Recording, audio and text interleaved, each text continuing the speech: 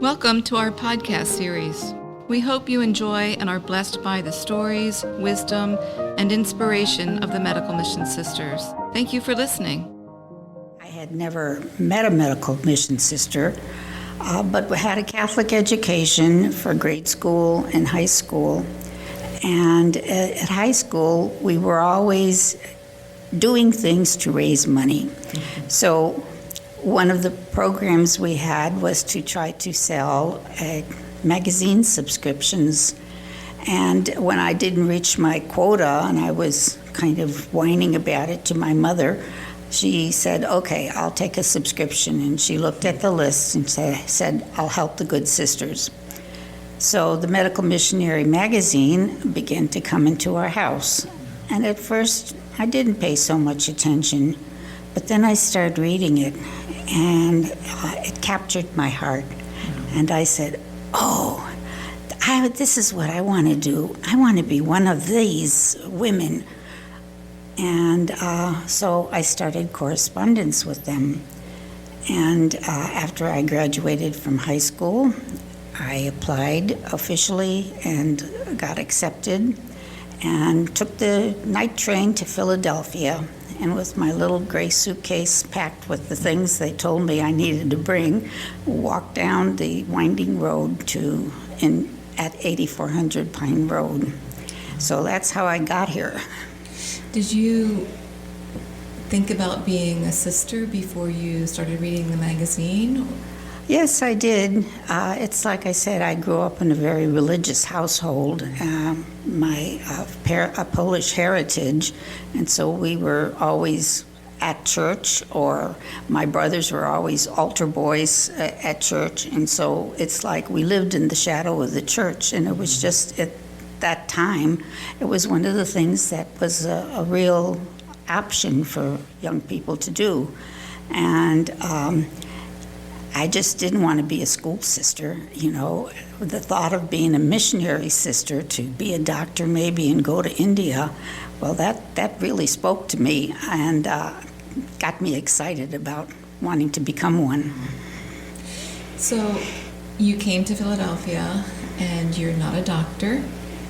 Can you talk a little bit about what your first experiences were, or where you went to school, kind of how that evolved for you? Well, I because I came right out of high school, I needed college education, and I got sent to the College of Notre Dame. It's now the University of Notre Dame in California. It was an all-girls school. I wanted to go to a big university, but anyway, I got a tremendous education there because the classes were small and you got very close attention by the teachers. So I majored in biology, and from there I was to go to New York to study medicine. Well, and this was at a time when there were not a lot of women, in the medical field, but I got accepted. And I went there, and in the first year, I knew someplace deep down inside of me, this was not for me. I wasn't going to make it here. And not academically, but, in terms of who I was. So then I had to tell the school, which was a biggie, and tell Medical Mission Sisters. It left me with I felt when I made that decision, I felt like I jumped off a cliff and there was no bottom. Wow. Because I couldn't figure out who I was, what I was going to do, how I was going to continue to be a medical mission sister if I didn't have what I called a marketable skill. Yeah. So, I kind of, you kind of flounder at times like this. You don't know, you kind of don't know what to do. I got a few different kinds of jobs. I worked for the Management Design Incorporated. They worked with group. And I had put my name in the pot to say I'll go any place and do anything, around the world. Well, this was a time of great change. So, there was a lot of upset in the society, and I think when people looked at me, they go, what can she do? You know, she has no experience. Yeah, what do you do with a bachelor's in biology? And, you know, maybe she's just not too stable. So nobody actually, you know, wanted me to work for them. So when a group, and this was also a time in the society when a lot of sisters were coming back from overseas because hospitals were being turned over. Everything that happened with the changes of Vatican II and our own 1967 Constitution, there was a lot of chaos going on, a lot of chaos. And we did have sisters coming back and trying to find mission in North America. And if I look back at that time, there were a lot of different endeavors and many small groups in different places. And there was Catherine Volker, was a nurse who had spent 15 years in India. Pat Elin had spent 12 years in Venezuela. Catherine originally came from the South. She was born and raised in Atlanta. And she always, when she came back from India, she says, now's my time to go to Georgia, because Georgia also is mission territory. She remembers the time when there was a priest who would come and say Mass on the back of his car because, there weren't churches. Georgia was less than 1% Catholic at the time. So, aside from Atlanta, the rest of Georgia. So she said, we're going to try and go down and find out what we can do in Georgia. So Pat, Catherine and I drove down. In Georgia, there are two dioceses, Atlanta, which covered the whole top part of the state, and Savannah, which was the whole bottom part of the state. And Georgia is a very big state. So we went to, because we wanted to go to South Georgia, that's where the poorest area was. And we went to meet with the bishop, saying, this is who we are, these are what we can bring, what do you suggest? At first he was, he wanted to know if we were really legitimate. So he contacted Philadelphia to say, are these people really, really medical mission sisters? When he got his answer, he said yes. And I remember the day we were sitting in his office, and he said, well, there's a lot of need here, you know that. And we said, well, where would you suggest? And he took his arm and made a wide sweep and said, out there. Now, that was 28,000 square miles of rural area. And southwest Georgia, it's like I said, it was less than 1% Catholic, and they didn't have priests, sisters. They were also in need of medical help. So we had said, well, we can't, by ourselves start something medical, and we need to have a physician. And that's when we invited Jane Gates. And she had wanted to work with the Native Americans, but couldn't find anybody that, might be community with her. So she came down and she said, well, I want a group that prays together. And, I want to be in a poor place. So we started doing our research. We did library research. There was no internet in those days. So, we got our hands on everything we could. And one of the going things at that time was a social analysis, like where is the need? And then we got in the car and traipsed all over Georgia, South Georgia, visiting these small towns.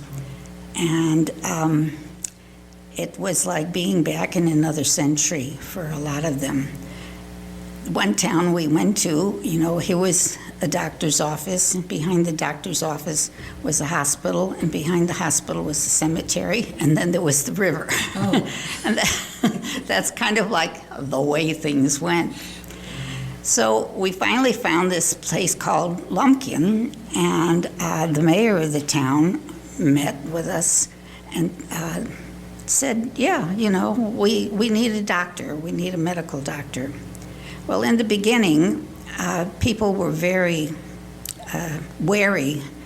We were Northerners, we were white, we were Catholic, and on top of that, we were sisters.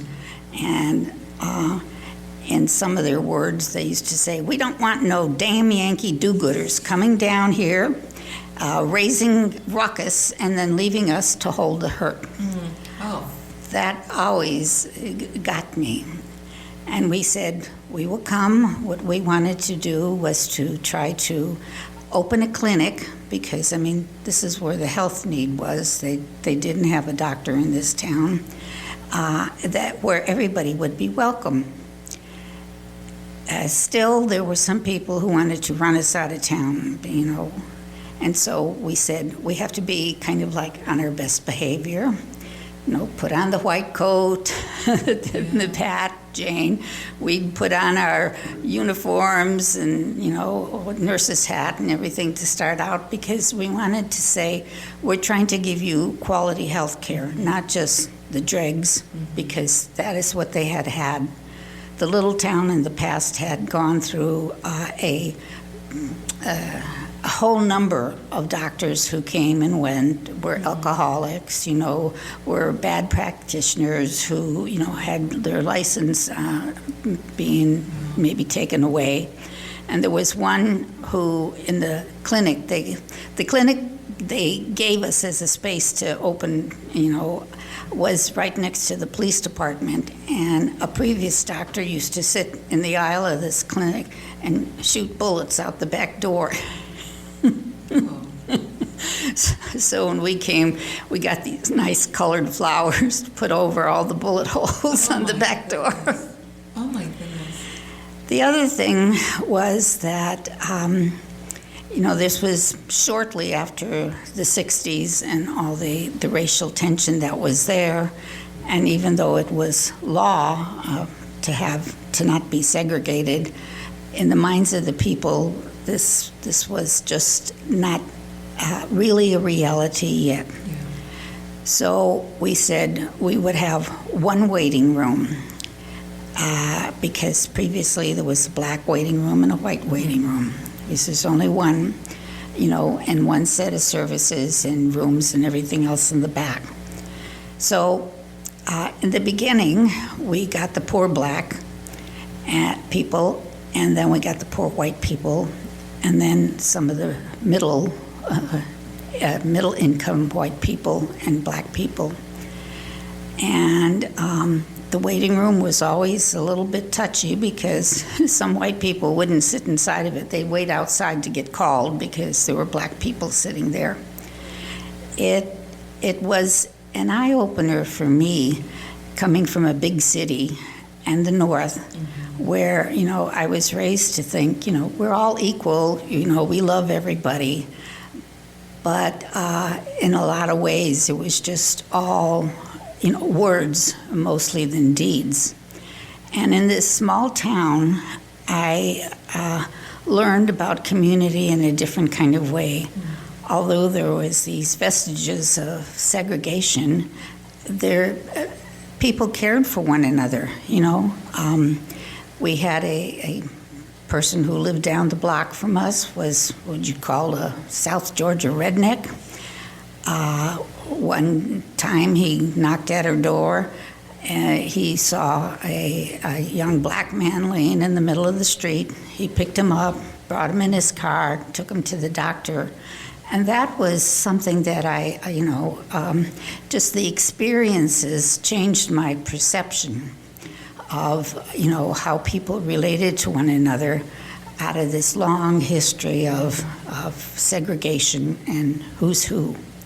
The churches were the white Baptists and the black Baptists, the white Methodists and the black Methodists.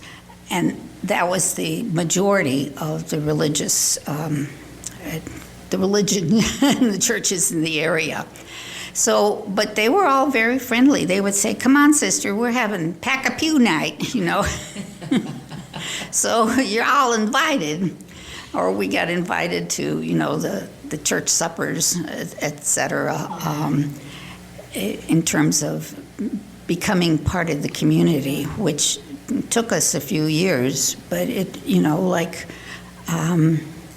at the time you don't say, well, I think we're established, but looking back you can say, all right, the acceptance came gradually, and also who we were and what we did in terms of our values was also a gradual journey. So, do you want to know more? Yeah. I remember the story of Catherine Volker and her illness, and there's a very funny story about, did she make her own casket? I know we made it for her. You made it for her. Okay. Well, even before I get to that story, because Catherine was a Southerner, she, in a sense, gave us cultural orientation because she knew the South. She was from Georgia. She knew the food. She knew how to talk to the people. We all had to learn that. So the people loved her. She was outgoing and extrovert, gregarious, good-looking, competent, all the kinds of things you'd hold up.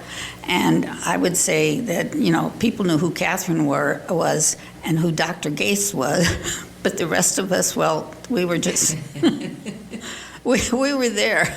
We were one of the sisters, or, sometimes they'd call us all Dr. Gates. She would talk to me and say Dr. Gates or Sister Catherine.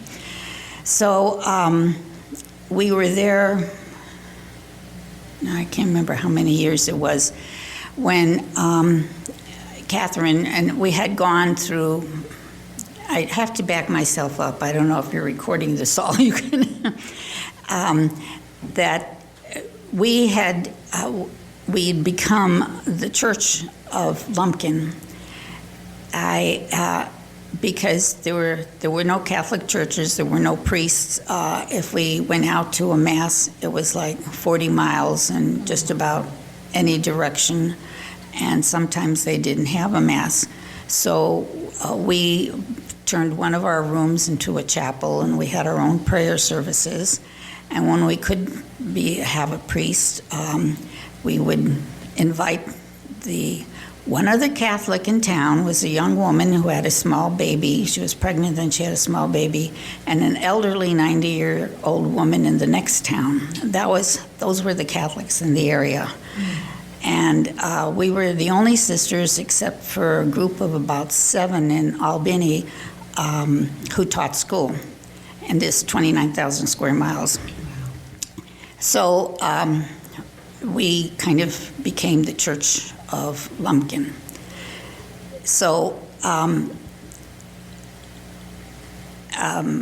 to get back to Catherine, after we were there, and I can't remember how many years, it was 81 or 82, something like that, Catherine at one point in the springtime was not feeling good. She said she had a catch in her side. So went to the doctor, and the doctor thought she needed a hysterectomy.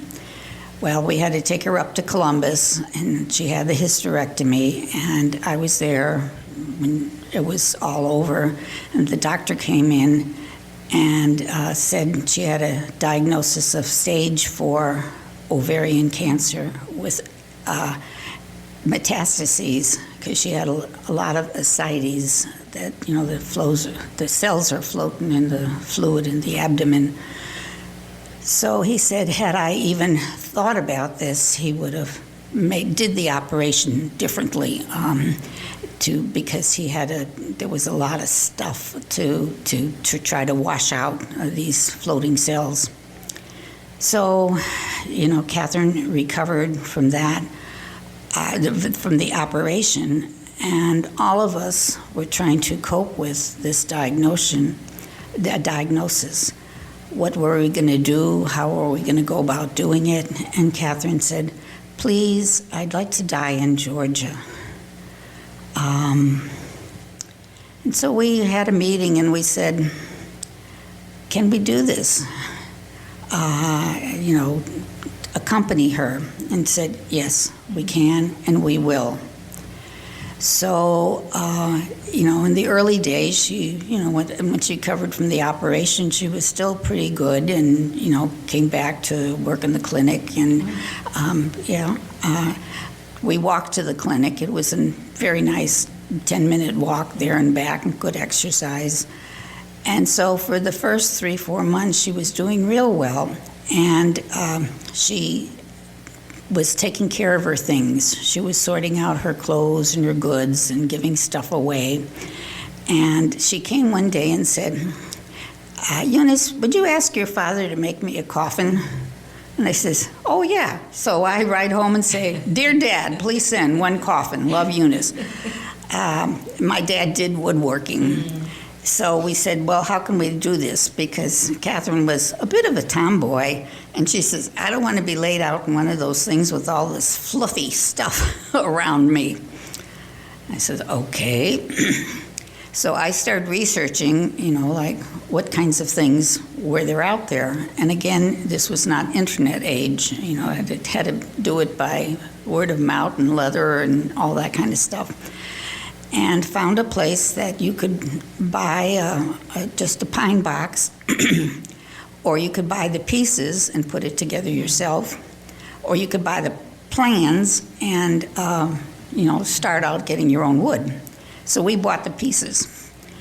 And it came one day, and Pat Edelin said, oh my gosh, she was not for this at all. She thought it was,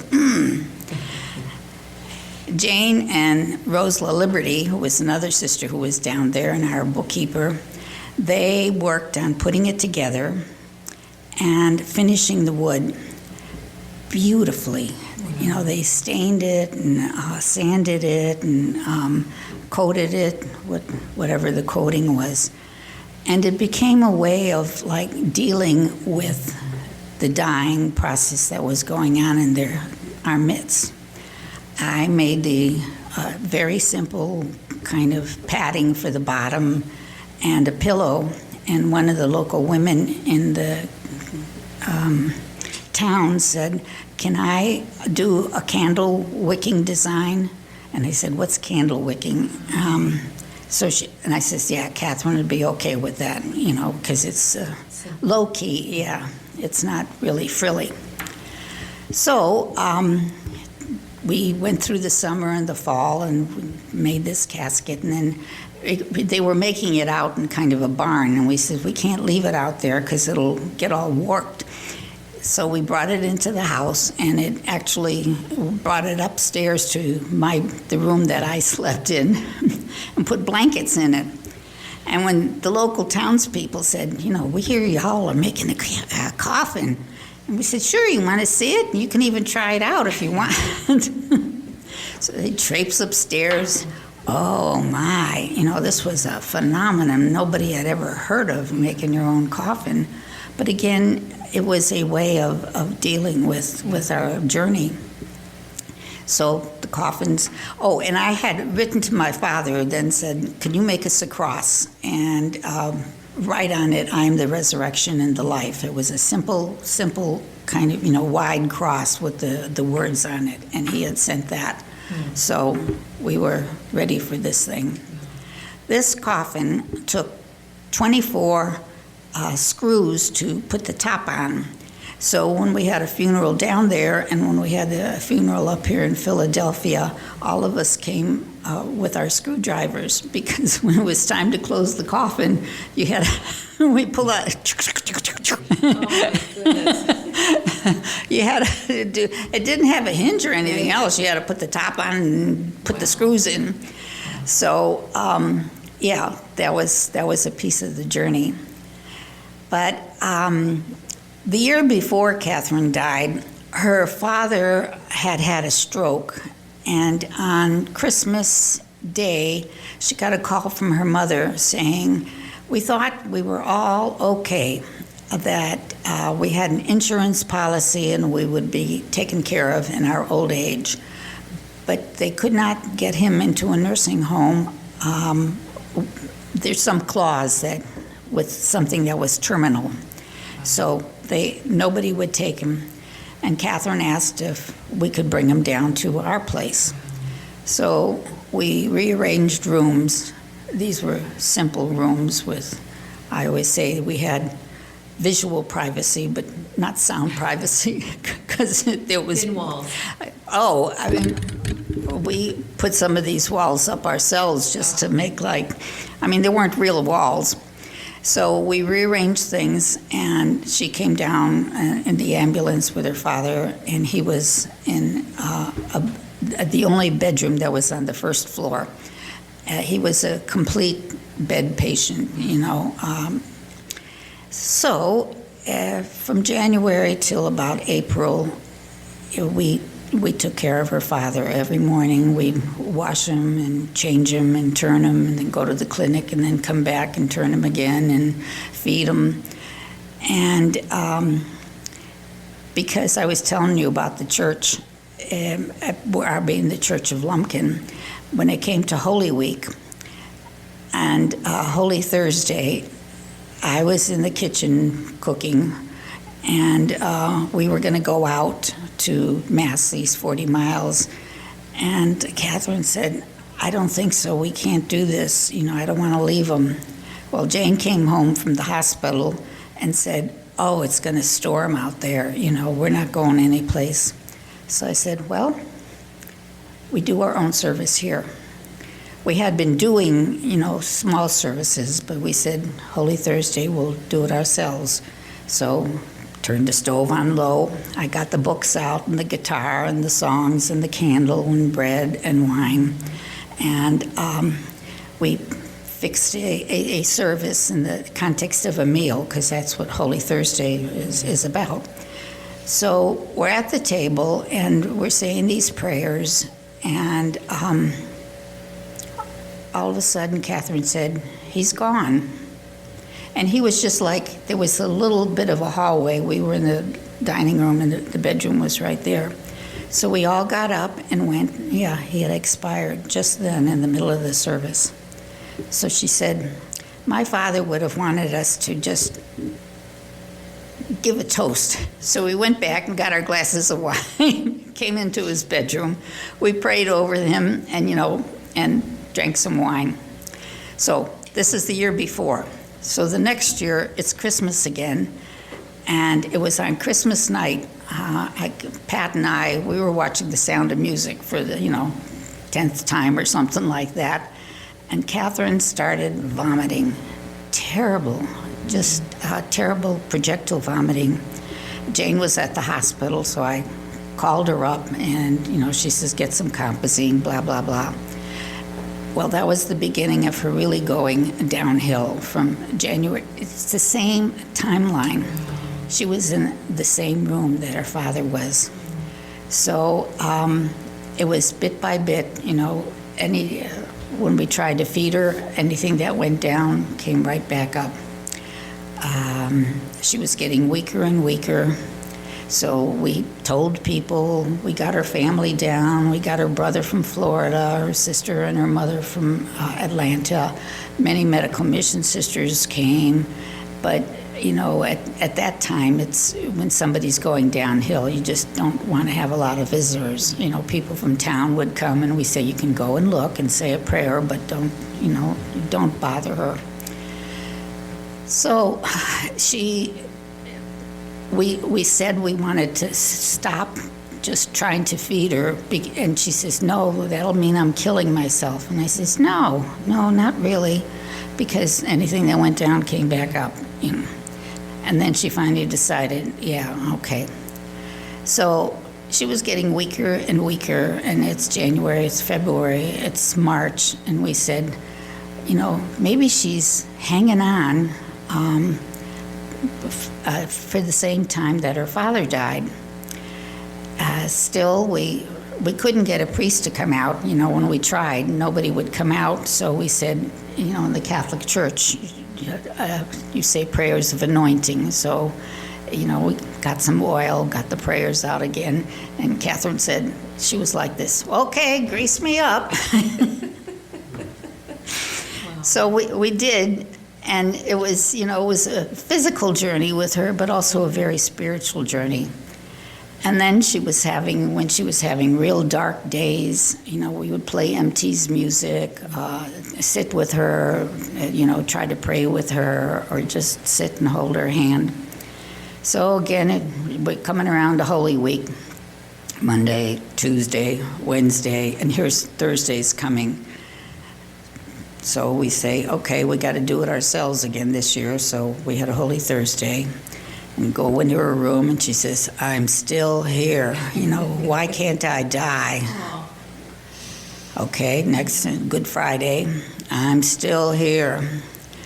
And I said to Jane Gates, I said, something is holding Catherine back, because she should be dead. She was skin and bone. She hadn't eaten anything. She really should have been dead a couple weeks ago. And, when Holy Saturday comes, and I said, we got to do something. I think we need to get her mother back here. And so I said, all right, Jane and I said this, and I said, Jane, you're going to have to deal with her mother, because her mother was like Catherine, big extrovert, everything was out here. And I said, something, it's got to happen. And I says, I'll make sure Catherine is okay, for this. So we call her sister up, and they're going to come, I forget which day of the week, they were going to come back down. So when they arrived, again, her mother was all excited and stuff like that. And I says, we're going to go in and pray over Catherine, and then we're going to just leave the two of you alone. So we did that, left the two of them alone, and went out, and we were getting, tea and cookies and stuff like that. And Anna Mary, who was helping us out there for a time, I said, Anna Mary, stay. When Catherine's mother and mother talked together, and it was just a couple minutes later, her mother came out and said, I forgave her for not giving me any grandchildren. And I says, oh my gosh, is this what it has all these years?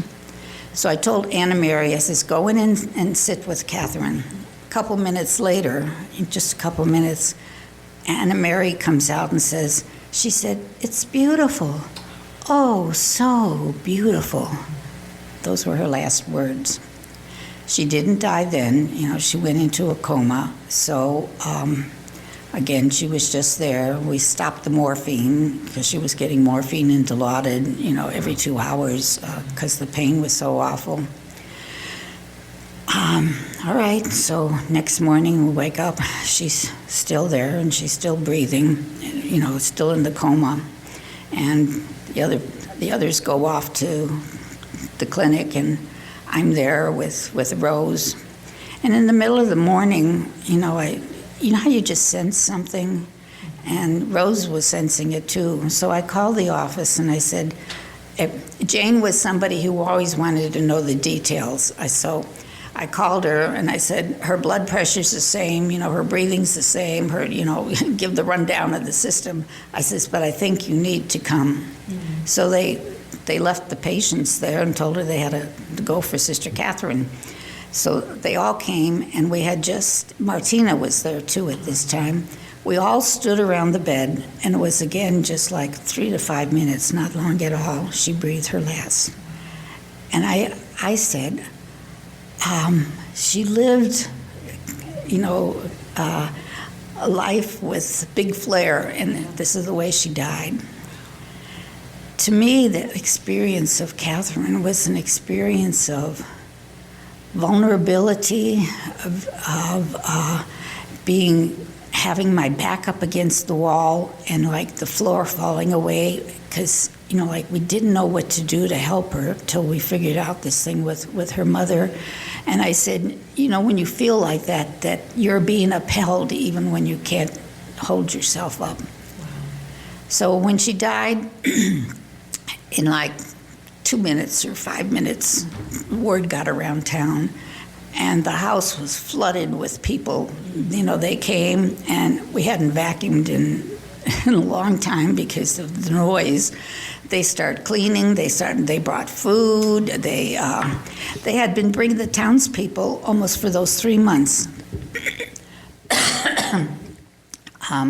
Food appeared on the table for supper, and not just, you know, casserole. Some people would bring a casserole and a jug of tea and a cake and So through all this time, you know, we were being fed. Our meals just came in the door. You know, it was beautiful.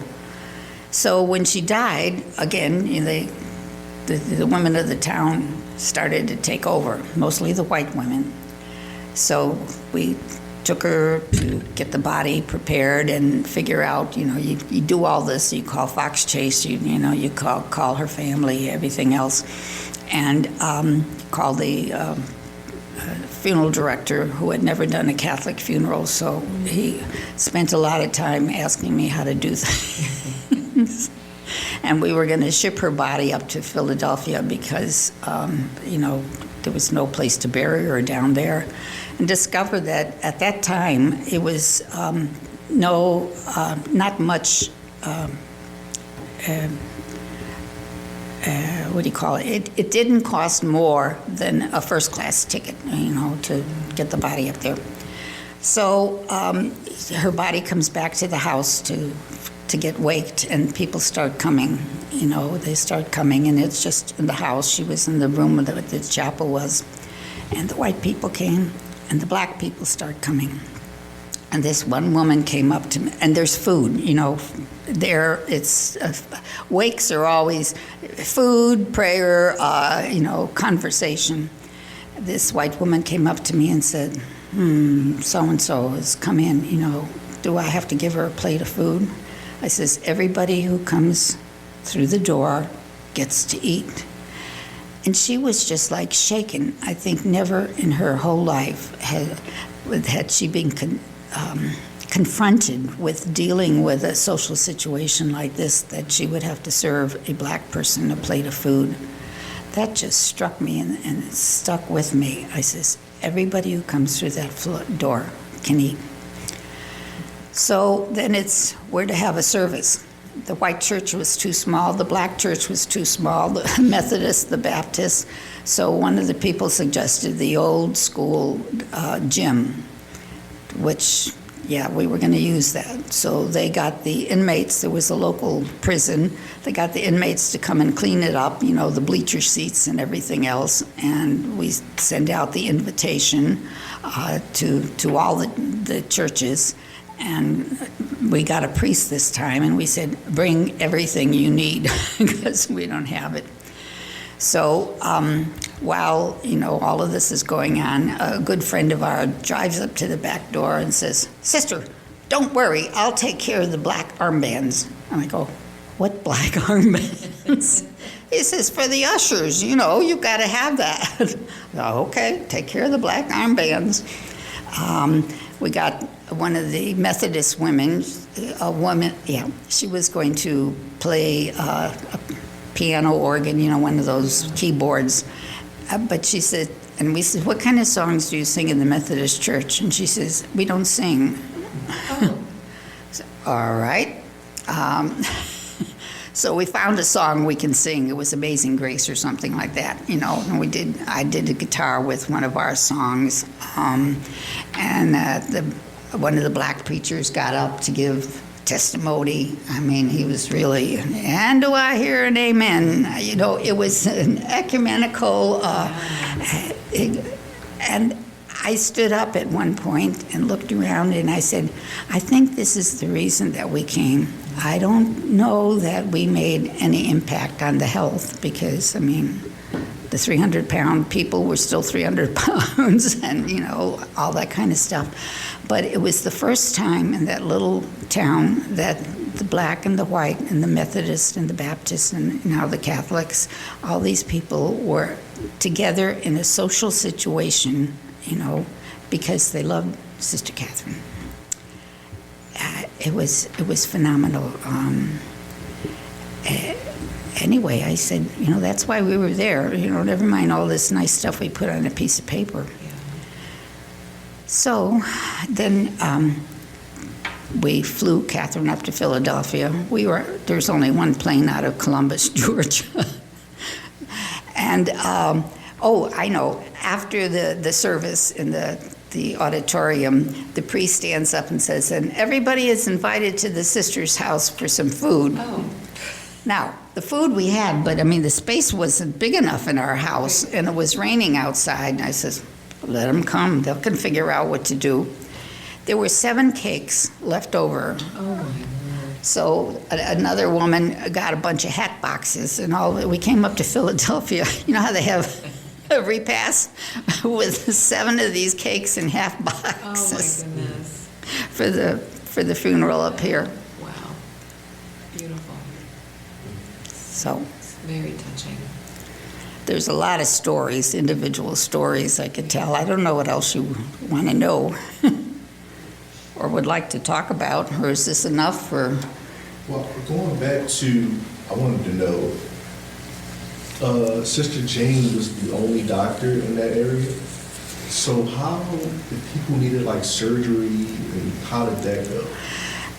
If they needed surgery or something more intensive, they had to go up to Columbus. That was 40 miles away, or Americus. There was a hospital there, because we couldn't do it in our place. Also, in Georgia at that time, if you were a granny midwife, you could deliver babies. Catherine Volker was a certified nurse midwife, but could not do any deliveries because you had to have access to a blood supply within a certain number of miles, and we didn't have that. We were too far out. And she always felt bad about that, because, she could have been doing that. When we had patients, one patient came in and he's holding his hand over his eye, and you could see the blood dripping down.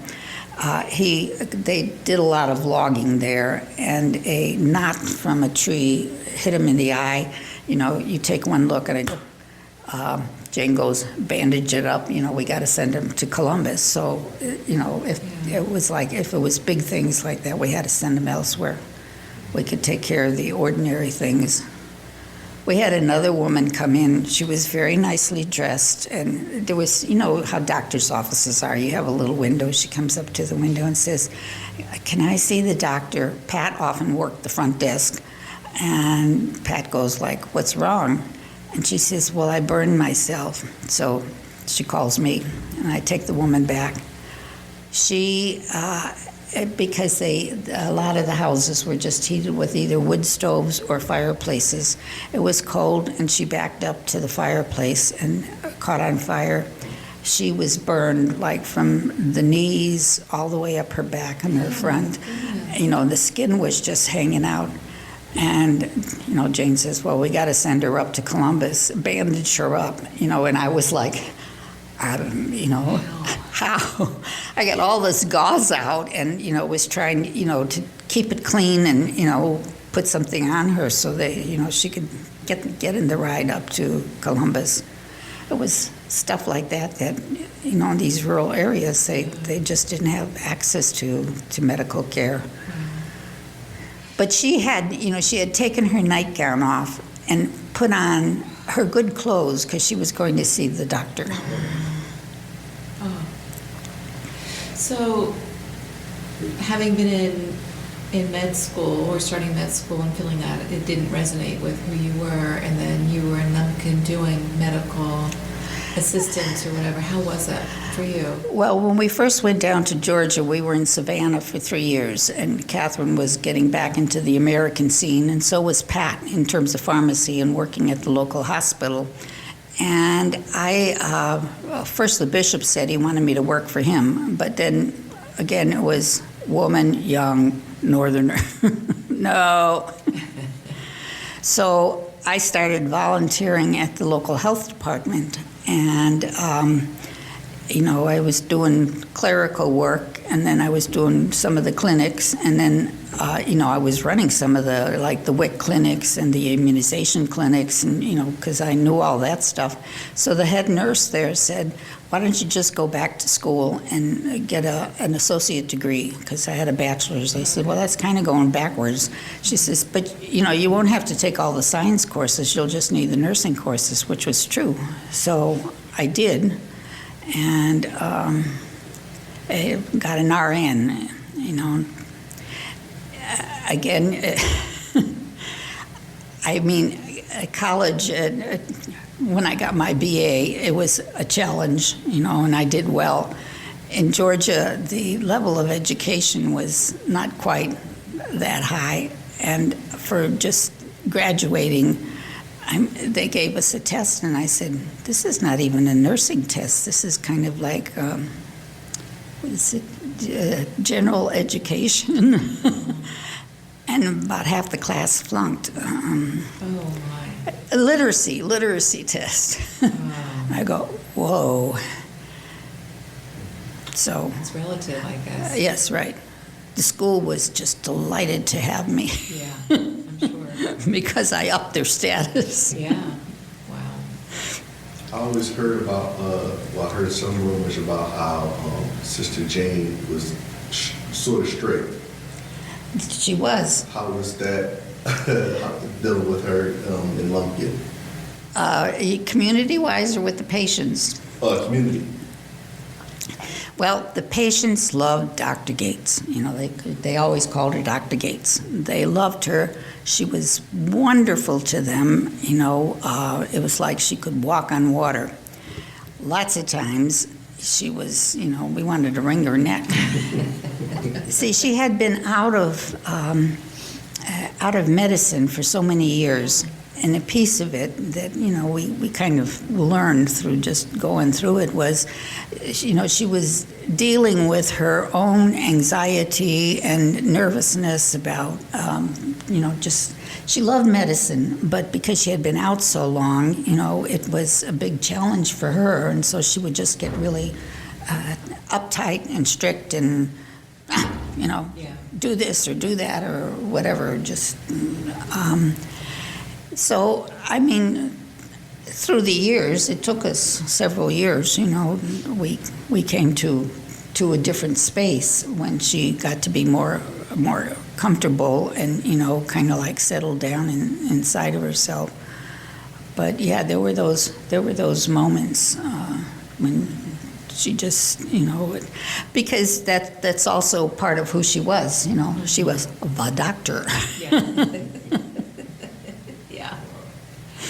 And it comes with the territory. The doctor, she was also of German background, and she was also, to her dying days, she was very fiscally tight, her books, we had her book like, every penny was accounted for, and I go, oh, you're not going to find that when I die. I do a general job of keeping it straight, but she was, to the penny, so, sometimes she'd get upset with us, oh, that was too much money, you shouldn't have, gotten that. I said, we're only buying toilet paper, Jane. And she was also adjusting from being superior general. Yeah. So from a role of intense responsibility to living in community again. Yeah. As a sister. Yeah. She wanted community. That was important to her, and prayer together. And when we talked, we said, well, we don't want it, because in times past, people used to read the office, the divine office, as something religious did, and priests, a lot of them still do, that set prayers. And we said, no, we will do our own, read some psalms, but also have, some spontaneous stuff or sing some songs, that would be our prayer together, just sitting quietly, maybe for 15, 20 minutes, whatever, we would just put it together. So again, it was that changeover into a more contemporary style of praying together. And that meant a lot to her. And that was one of the reasons why, she accepted to come. and loved it, because even leaving Lumpkin, she says, I love practicing medicine. I'll never be able to do this again. We had said when we came that, we weren't going to start a clinic and be responsible for it forever and ever. We said maybe 7 years or so, because our aim is to get it built up and turn it over. Because small places like this had a hard time finding doctors, because the school system was so not good, and young doctors out of school, didn't want to raise their kids in this atmosphere, or their wives. They were mostly men. The social in a little town, the social attitudes could be just not nice a lot of times, because these people grew up and know one another and yak, yak, yak, yak, yak, yak, yak, yak. So, but she knew some of the doctors in Columbus, and they would send down some of their physician's assistant and also young doctors to work with Jane, because she was an excellent diagnostician without having the use of all these sophisticated machines. She could go hemoglobin 6, because in Africa she didn't have these things, and so by listening to the patient, listening to their heart, their liver, or whatever else, the color of their skin, and she was right, spot on, spot on. So when you left Lumpkin, did the clinic continue? We had gotten a doctor. He was of Indian origin. He was nearby. He didn't want to live in Lumpkin, but would come up, how a lot of doctors now, they have an office here and an office here and an office here. And so he was there for quite some time. But another thing that happened when we were there is the government started a health center in the next town, which was 9 to 10 miles away. So, we would lose patients also to that, and I said, well, the area is covered, so even if the one in Lumpkin itself doesn't continue, they've got one there. Now in Lumpkin they have an EMT service, and who could get people to that clinic in Richland. And also, there was a young woman there who got out of the Army. Her family was Army, but her family grew up there. She lived in her mother's house and was very inspired by Jane. And so she went on to nursing school and got her, nurse practitioner, and I don't know, a master's or something. She really got trained and kind of became the person working in Richland at that place. But, it's like she became the next Dr. Gates. Yeah. So all of those pieces together said, that will continue. Yeah. Church, but the health care will continue. And Suzanne, in these last years, her name was Suzanne, Jane and Suzanne would talk to one another almost every single night on the phone. For a long time they didn't, and then at one time, because Suzanne just needed somebody to also, somebody she could share stories or ask questions and stuff like that. But now the people down there really, because she's very caring of the people, very competent, all of those kinds of things.